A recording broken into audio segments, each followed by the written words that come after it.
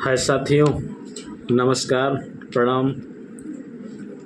सभी साथियों को सुनील यादव एडवोकेट का प्यार भरा नमस्कार स्वीकार हो। साथियों, आज मैं अपने यूट्यूब चैनल सुनील एडवोकेट के नाम से जो है उस पर कुछ आपको विधिक जानकारी बताना चाहूँगा। विधिक जानकारी ये है कि यदि किसी व्यक्ति का मिलजुमिला गाटे पे जैसे एक ही गाटा हो और उसमें कई खाता हो, सपोज दैट गाटा संख्या 1 अगर है और गाटा संख्या 1 कई खातों में विभक्त है, कुछ उसमें मान लीजिए नवीन पड़ती है एक खाता, दूसरा खाता किसी पट्टे धारक के नाम है, तीसरा तालाब है, या चौथे में और कोई काश्तकार भूमिधर है। तो प्रायः यह देखा जाता है कि जहाँ मिलजुमिला गाटा होता है उसमें काश्तकारी भी होती है, रिजर्व लैंड की भूमि भी होती है, तालाब भी होता है, चकमार्ग भी होता है और काश्तकारी भी होती है। ऐसी स्थितियों में लेखपाल द्वारा, जो उस हलके का लेखपाल होता है, उसके द्वारा बिना मानचित्र में दर्शित किए या भौतिक विभाजन किए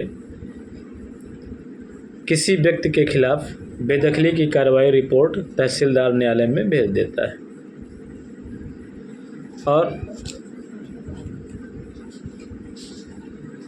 उस लेखपाल के उस रिपोर्ट के अकॉर्डिंग तहसीलदार न्यायालय से बेदखली का आदेश हो जाता है। मैं आपको जानकारी दूं कि अभी हाल ही में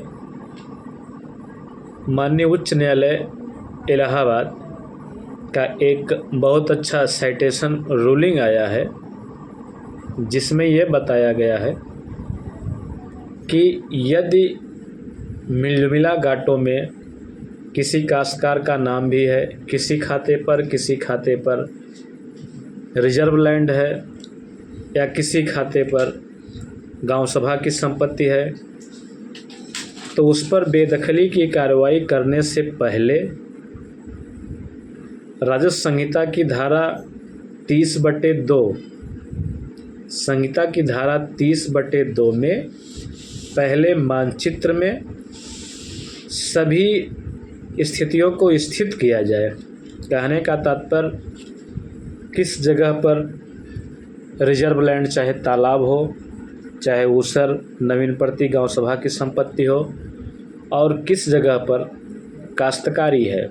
काश्तकारी का तात्पर्य किसी काश्तकार से अगर किसी की उसमें भूमिधरी भूमि है और मिलजुमिला होने के नाते उसका दुरुपयोग हल्का लेखपाल किया जाता है, तो यह लेखपाल का कर्तव्य बनता है कि 30/2 राजस्व संहिता के तहत पहले उसको नक्शे में प्रत्येक खातेदारों को फिक्स करे।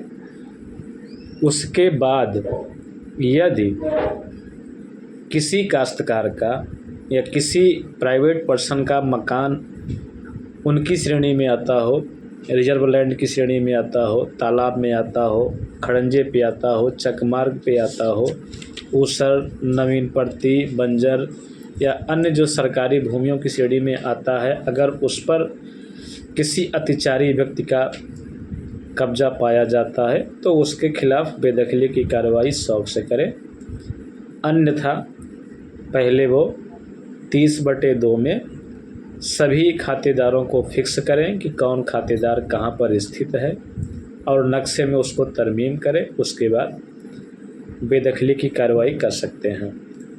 बहुत अच्छी व्यवस्था माननीय उच्च न्यायालय प्रयागराज ने दिया है।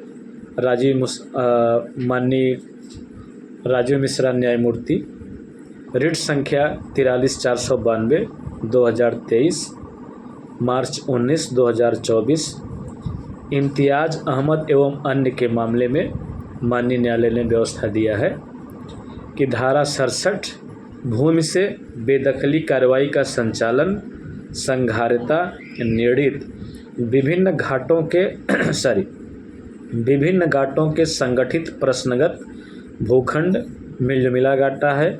इसलिए संहिता 2006 की धारा 30/2 के अनुसार, ध्यान दीजिएगा, संहिता की धारा 30/2 के अनुसार स्थल पर विभिन्न उपघाटों को, उपघाटे का मतलब जो कई खातों में, जैसे एक ही घाटा मैंने बताया एक ही घाटे कई खाते में है, विभिन्न उपघाटों को बंटवारे व मानचित्र में स्वतंत्र रूप से दर्शित किए बिना, ध्यान दीजिएगा, किए बिना बेदखली की कार्रवाई संस्थित नहीं की जा सकती। तो इन स्थितियों को देखते हुए मैंने यह आज का वीडियो बनाया और मैं अपने YouTube पर इसको मैं डाल भी रहा हूँ। यह वीडियो जिसके पास जाए, लोग अधिक से अधिक शेयर करें, लोगों में जागरूकता पैदा हो, जाने कि मिलजुला खातों में, घाटों में किसी के प्रति बेदखली की कार्रवाई कब की जा सकती है, कब नहीं की जा सकती है। दोस्तों, हमारे इस वीडियो को लाइक, कमेंट, शेयर ज़रूर कीजिएगा। मेरे चैनल को सब्सक्राइब ज़रूर कीजिएगा ताकि मैं ऐसे ही विभिन्न जानकारी मैं आपको देता रहूं और आपको नोटिफिकेशन मिलता रहे। जय हिंद, जय भारत।